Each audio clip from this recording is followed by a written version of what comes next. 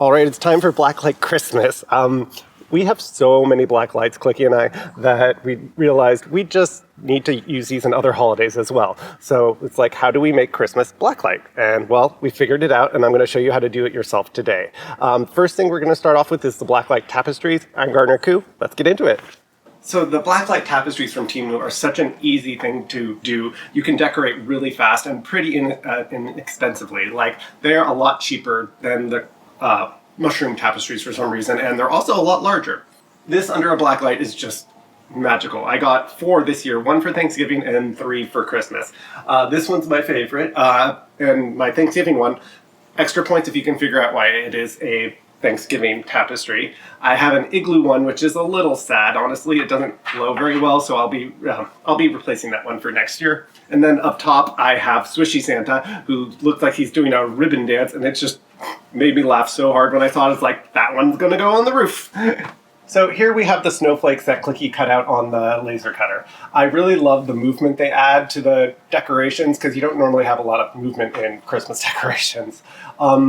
These were the ones that I first started off with ironing them. Ooh, that sucked. Ironing snowflakes is a weird thing to tell people you're doing.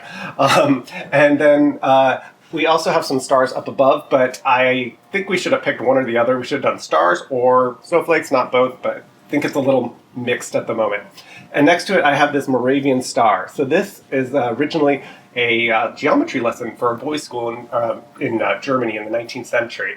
But then it got adopted by the Moravian church as a religious symbol. But it's still just a beautiful piece of garden art. I got these ones out of Georgia. They're about half the price of the ones you'll find on Amazon. I'll put a link to the company in the description. I just painted them with blacklight yellow paint, and they do have a light that comes inside them, but I'm not even using that. The blacklight hitting them makes them glow so beautifully at night.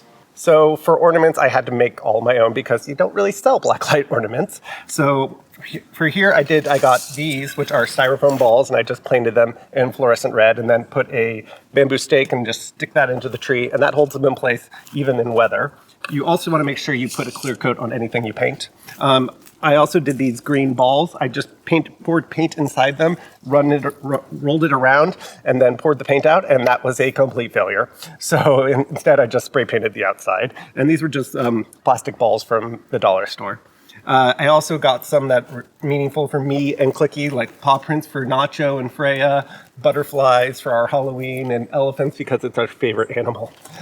We also have a frog, which we get hundreds or thousands of tree frogs breeding here every wintertime in all my little water pots, and it's just a cacophony of sound. It's really quite wonderful. The main thing you want to start out with, though, is the tree. So any white tree is going to be a blacklight tree. The pigment they use in that is blacklight pigment. It's the fluorescent blue. So any white tree will work. For the green and the red, this one I bought a lime green tree, and it was blacklighty, but not totally, so I just hit it with a couple cans of spray paint. The red one was not blacklighty at all, so that took like 4 cans of spray paint. Normally you want to paint things white first and then put the color on, but I skipped that step on these because I just was hoping it would work, and it worked.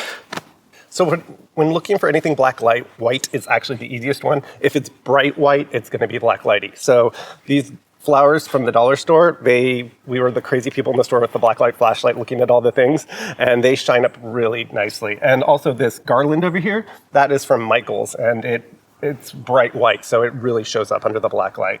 For the snowflakes, I painted them with my wildfire white paint, and they show up really nicely now. Last year, they were actually blue. I was trying out blue blacklight pigments, and it didn't work at all.